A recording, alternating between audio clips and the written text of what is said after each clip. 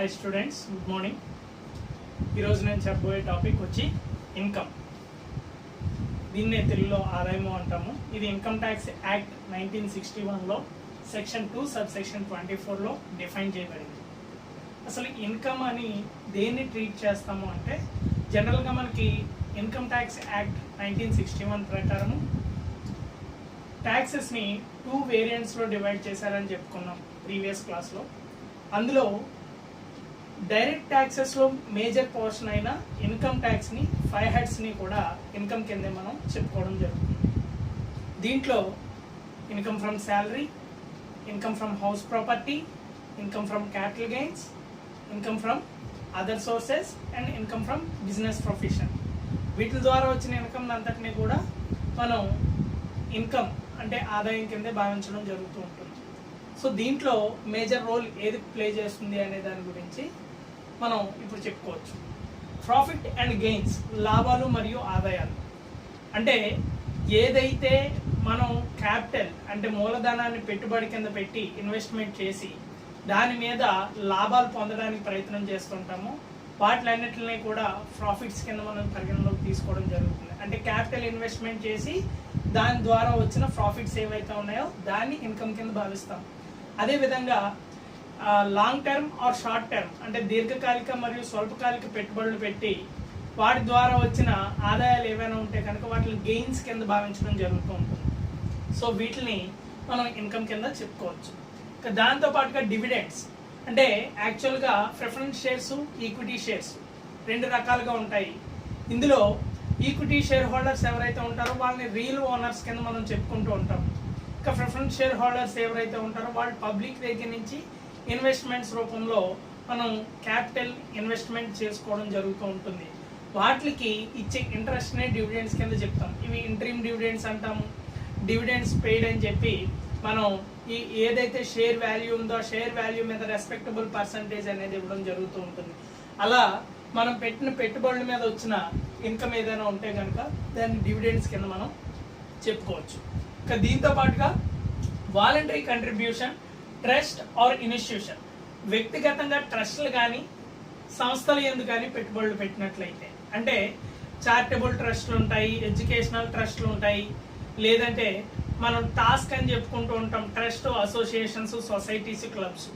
వీటి ద్వారా ఏదైతే ఆదాయాన్ని మనం పెట్టుబడి కింద పెడుతుంటామో అలా పెట్టుబడి పెట్టిన ఆదాయాన్ని కనుక దాని మీద మనకి ఏమైనా ఇన్కమ్ అనేది జనరేట్ అయితే దాన్ని కూడా ఆదాయం కింద భావించడం జరుగుతూ ఉంటుంది. ఇంకా దీంతో పాటుగా ఎనీ స్పెషల్ అలవెన్సెస్, ఇతర ప్రత్యేక బత్యములు అంటున్నాం. ఎనీ స్పెషల్ అలవెన్సెస్ అనేసరికి ఏంటంటే ఇన్కమ్ ఫ్రమ్ శాలరీని మనం తీసుకున్నట్లయితే దీంట్లో బేసిక్, కమిషన్, బోనస్ ఈ మూడిట్లని జనరల్గా శాలరీ కింద భావించినట్లయితే ఒక సంస్థ యందు పనిచేసే ఎంప్లాయీకి ఎడిషనల్ పేఅవుట్స్ అంటే హౌస్ రెంట్ అలవెన్సెస్ అవ్వచ్చు, లేదంటే డేర్నెస్ అలవెన్సెస్ అవ్వచ్చు, లేదా మెడికల్ అలవెన్సెస్ అవ్వచ్చు, ఇంకా ఎడిషనల్ బెనిఫిట్స్ని ఇన్కమ్ రూపంలో కాకుండా వేరే రకంగా, అంటే ఫర్ ఎగ్జాంపుల్ ఏంటంటే హౌస్ రెంట్ అలవెన్సెస్ అంటే ఒక వ్యక్తి నివాసం ఉండడానికి ఇంటికి అయ్యే ఖర్చును కూడా కంపెనీ భరించడం అనేది జరుగుతూ ఉంటుంది. అలా మనకి ఏదైతే ఎడిషనల్ పేఅవుట్ ఉందో దాని అంతటిని కూడా ఇన్కమ్ కింద మనం భావిస్తూ ఉంటాం. అంటే ఎనీ స్పెషల్ అలవెన్సెస్ అంటే ఇతర ప్రత్యేక బత్యములు ఏవైతే ఉంటే వాటిలన్నిటిని కూడా మనం ఆదాయాల కింద పరిగణలోకి తీసుకుంటాం. ఇక దీంతో పాటుగా the value of benefits or perquisites, అదనపు లాభాలు మరియు పరిలబ్ధములు. అంటే పరిలబ్ధములు అనేసరికి ఏంటంటే లీవ్ శాలరీ, అంటే ఒక సంవత్సరం మొత్తం ప్రివిలేజ్ లీవ్లు వాడుకోకుండా ఉంటే April 1st శాలరీతో పాటు పర్ డేకి ఎంప్లాయీ శాలరీ ఎంత ఉంటుందో దాన్ని ఆ నెంబర్ ఆఫ్ లీవ్స్కి మల్టిపుల్ చేసి వాళ్ళకి April 1st శాలరీతో పాటు ఇవ్వడం జరుగుతూ ఉంటుంది. వీటిని ప్రివిలేజ్ ఆర్ ఎర్న్ లీవ్స్ అంటాం.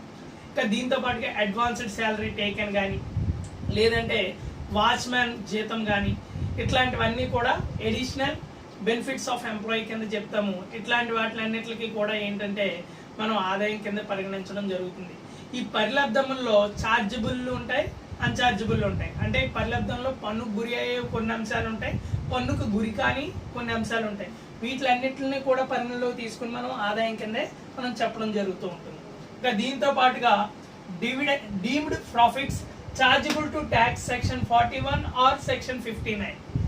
సెక్షన్ 41 మరియు 59 ప్రకారం పన్ను గురియగు భావిత లాభాలు ఏవైతే మన ప్రాఫిట్స్ ఉన్నాయి, ఈ ప్రాఫిట్స్ లో ఏవైతే మనం కంప్లీట్ గా ట్యాక్స్ పే చేసి అప్లికేబుల్ అయ్యి పాయింట్స్ ఏవైతే ఉన్నాయో వాటిలన్నిటిని కూడా మనం ఇన్కమ్ ఆదాయం కిందే భావించడం జరుగుతుంది.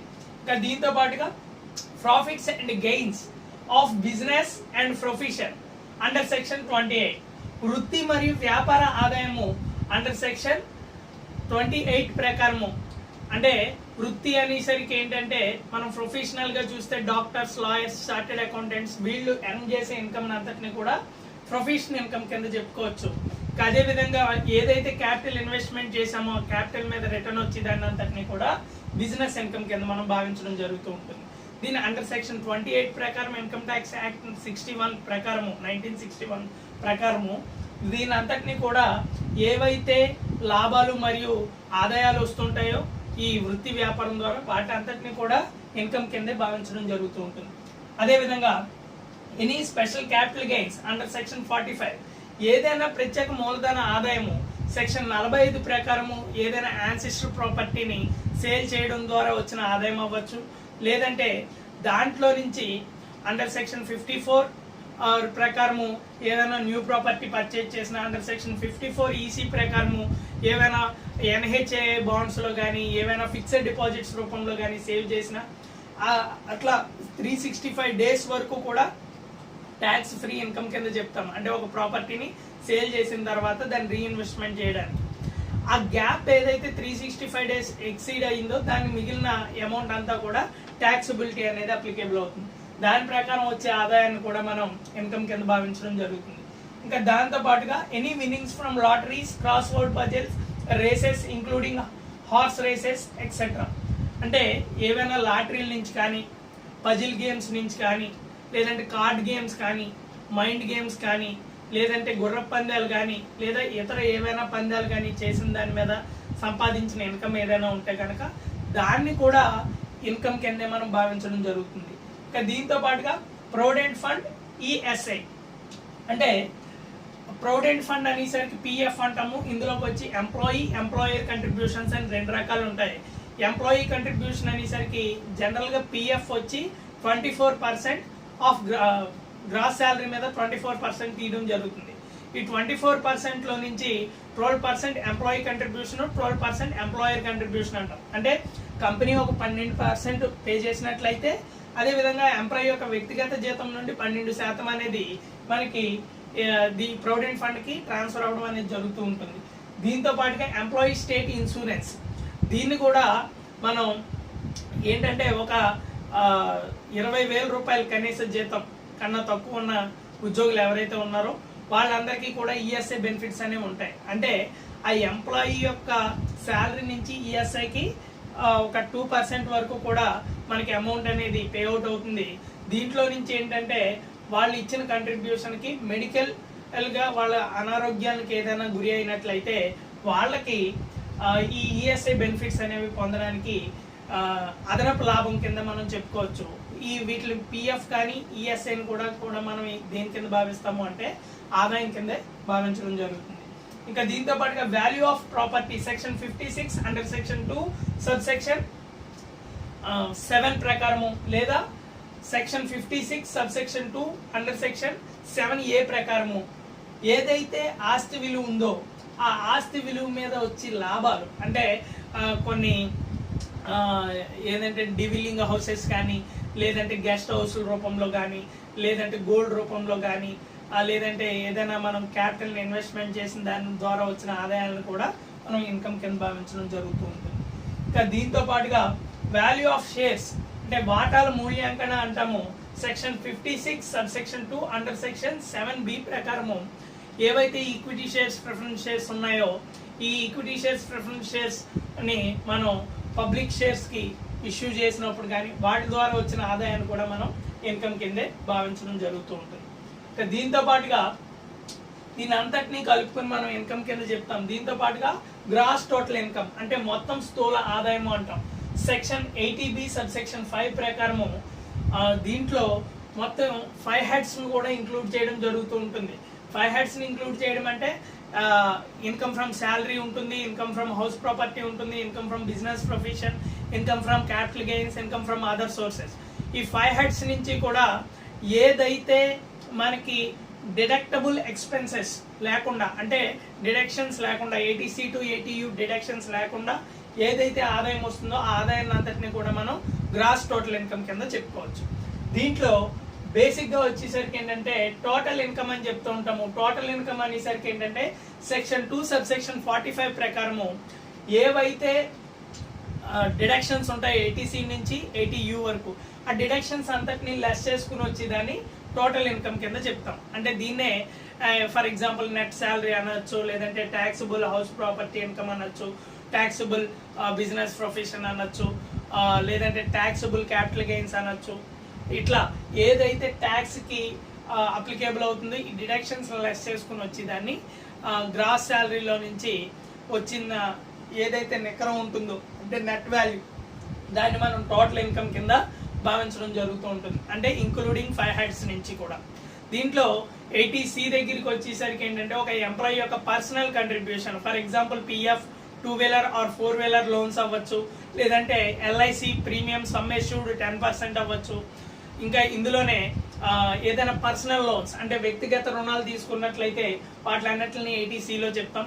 80D దగ్గరికి వచ్చేసరికి ఏంటంటే మెడికల్ ఎక్స్పెన్సెస్ అంటే అనారోగ్య ఖర్చులు ఏమైనా ఉంటే కనుక అది 80Dలో చెప్పడం జరుగుతుంది. అదే 80E దగ్గరికి వచ్చేసరికి son or daughter allowances, educational allowances అంటే కొడుకు మరియు కూతురు చదువు నిమిత్తం ఏదైతే రుణాలు తీసుకుంటారో వాటిలన్నిటిని 80Eలో చెప్తాము. 80G దగ్గరికి వచ్చేసరికి డొనేషన్స్ అని చెప్తూ ఉంటాము. 80U దగ్గరికి వచ్చేసరికి డిజేబుల్ ఐటమ్స్ అంటే వైఫ్ ఎల్ఐసి ప్రీమియం పెయిడ్, లేదంటే కొన్ని సందర్భాల్లో మనం ఏ విధంగా చెప్పుకుంటామంటే థర్డ్ పార్టీ ఇన్సూరెన్స్ ఎక్స్పెండిచర్ ఏదైనా ఉంటే కనుక దాని అంతటినీ కూడా మనం 80Uలో చెప్పుకోవడం జరుగుతూ ఉంటుంది.